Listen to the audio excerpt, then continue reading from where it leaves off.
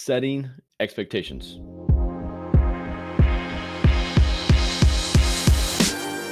What's up, everybody? This is Kevin Daisy here.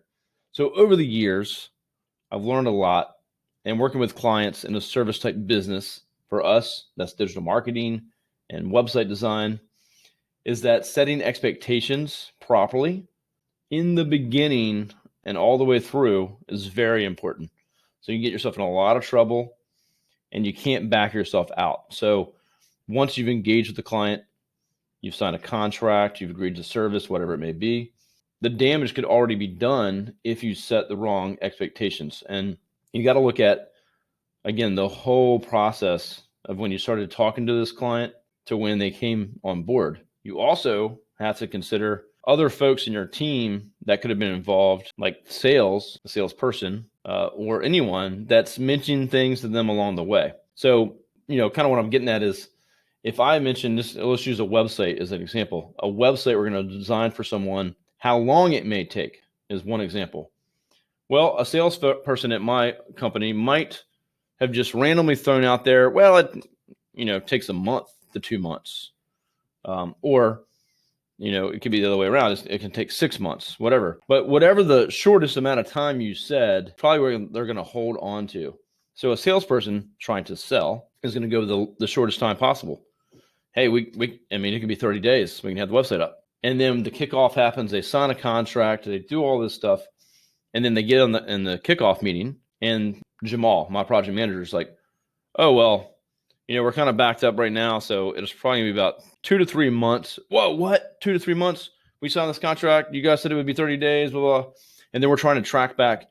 Okay, who said 30 days? How did they think 30 days? And you have to try to figure out what happened. Now, the other thing is, this can happen with other things, and it could be 6 months, a year later, and they had in their mind some expectation, some outcome that was going to happen in a certain amount of time, or a certain amount of leads. So early in the process, when you're talking to prospects, you're trying to get their attention. So anything you say that's a little bit best case scenario, or you embellish a little bit, whatever, they're not going to forget that stuff. So you got to be careful.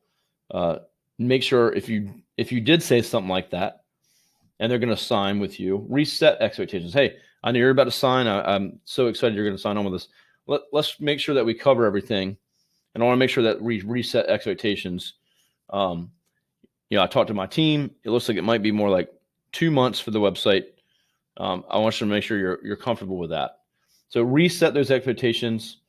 Make sure they're going to sign and get where they're going to want, or you're going to have a lot of problems, a lot of clients leaving you, and all kinds of other issues with billing, refunds, whatever. So set the right expectations and make sure you always go back and make sure that they're reset if there is a problem. Hey there, it's Eric J. Olson. I wanted to let you know about my book, $1 Million Journey: How to Launch a 7-Figure Business.